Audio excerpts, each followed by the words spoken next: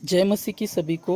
आज हम बात करने वाले पापी की प्रार्थना क्या है और कब एक इंसान को ये महसूस होता है कि मैं एक पापी हूँ और मुझे ये प्रार्थना करनी चाहिए। तो हम आज इसके ऊपर बात करने वाले हैं। जैसा रोमियो 3:10 में लिखा है, जैसा लिखा है, कोई धर्मी नहीं, एक भी नहीं। जब ये बात किसी इंसान को महसूस होती है अंदर कि वचन में लिखा है कोई धर्मी नहीं, एक भी धर्मी नहीं, तो अगर कोई ऐसा इंसान है जो धर्म के काम करता है, अच्छे अच्छे काम करता है, उसको भी महसूस होगा कि मैं इतने अच्छे अच्छे काम करता हूँ, फिर भी मेरे अंदर कोई ना कोई ऐसा पाप है जिसकी मुझे माफ़ी मांगना परमेश्वर से ज़रूरी है। वो अपने अंदर ये महसूस करेगा और वो होगी उस पापी की प्रार्थना। जैसे हम पढ़ते हैं लूका 18:9 से 14। यहाँ हम देखते हैं कि यीशु मसीह एक दृष्टांत देते हैं कि एक फरीसी था और एक चुंगे लेने वाला था। फरीसी कुछ इस तरह प्रार्थना कर रहा था। लूका 18:11। फरीसी खड़ा होकर अपने मन में ये प्रार्थना करने लगा, हे परमेश्वर, मैं तेरा धन्यवाद करता हूँ कि मैं और मनुष्य के समान दुष्ट करने वाला, अन्याय और व्यभिचारी नहीं, और न इस चुंगी लेने वाले के समान हो। तो फरीसी का एटीट्यूड ऐसा था कि वो अपने आप को समझ रहा था और धन्यवाद कर रहा था परमेश्वर का कि मैं ऐसा काम करने वाला नहीं हूँ, दुष्टता करने वाला नहीं हूँ, इस चुंगी लेने वाले जैसा नहीं हूँ। इस तरह की ये प्रार्थना कर रहा था कि मैं व्यभिचार करने वालों में से भी नहीं हूँ। पर जब चुंगी वाले ने प्रार्थना शुरू किया, अगर हम पढ़ते लूका 18:13, तो उसने इस तरह प्रार्थना किया, परंतु चुंगी लेने वाले ने दूर खड़े होकर स्वर्ग की ओर आंख उठाना भी न चाहा और वरन अपनी छाती पीट पीट कर कहा, हे परमेश्वर, मुझ पापी पर दया कर। मैं तुमसे कहता हूँ कि वो दूसरा नहीं परंतु यही मनुष्य धर्मी ठहरा अपने घर गया। तो कौन सा मनुष्य अपने घर गया?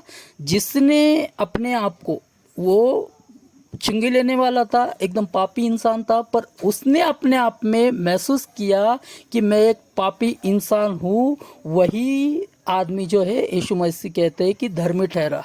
तो ऐसा आदमी जो अपने आप को मसीह कहता है और बहुत अच्छे अच्छे काम कर रहा है, पर वो अगर मन फिराव और पश्चाताप ना करे, किस बात से? कि उसने जितने भी पाप उससे हुए, व्यभिचार हुआ, चोरी हुआ, चुगली हुआ, या कुछ भी ऐसा जो परमेश्वर के नज़र में पाप हो, ऐसा काम उससे हुआ है, तो उन सारे पापों को उसने परमेश्वर के सामने यीशु मसीह के नाम से कबूल करना चाहिए। ये है एक पापी की प्रार्थना, जिससे परमेश्वर उसको उस सारे पापों से क्षमा करे और वो जो है वो उद्धार पाए।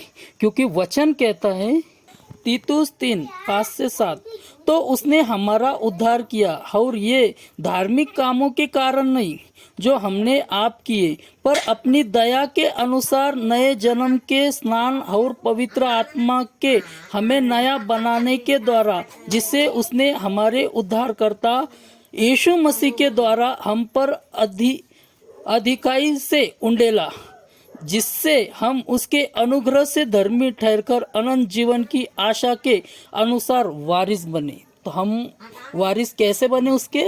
अपने धर्मी कामों से नहीं, बल्कि हमने अपने सारे अपराध कबूल करके यीशु मसीह पर जब विश्वास किया, तब हम धर्मी ठहराए गए। जैसे अगर हम वचन पढ़ते हैं आगे, रोमियो उसका 10:9-11, कि यदि तू अपने मुंह से यीशु को प्रभु जानकर अंगीकार करे और अपने मन से विश्वास करे कि परमेश्वर ने उसे मरे हुओं में से जिलाया, तो तू निश्चय उद्धार पाएगा।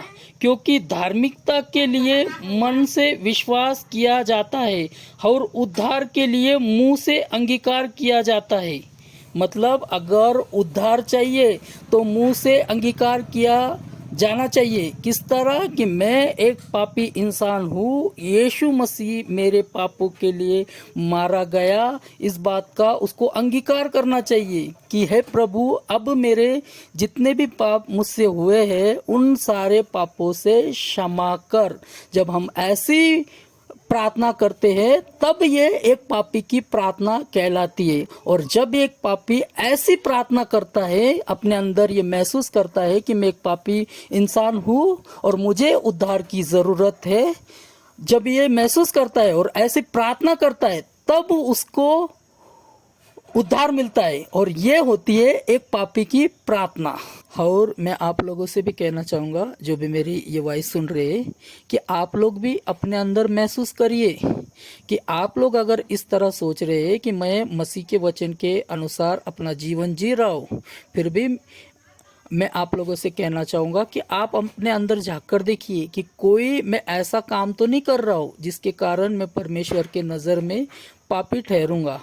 आप अपने अंदर झाँक कर देखिए, अगर कोई ऐसा काम आप में नज़र आता है तो मैं आपसे कहूँगा कि आप उस काम के लिए परमेश्वर के पास जाइए और मन फिराव और पश्चाताप कीजिए ताकि वो काम आपसे दोबारा न हो।